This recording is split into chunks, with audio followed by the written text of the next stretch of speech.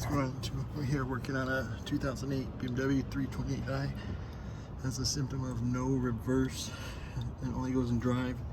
We remove the pan. It's the 6L45 GM transmission, and the classic symptom of the broken shift valve.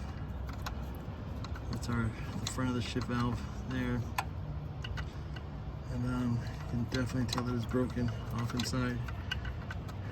So it's pretty much causing the no reverse condition because of the piece inside that separates the valves, or the opening for mainline pressure to select the reversed part of the valve body is not getting the fluid pressure it needs. So pretty much we're going to remove this filter, change it out, put new fluid, new gasket for the pan. We're going to drop the valve body down and remove those broken pieces, and this should be a fix. Thanks for watching.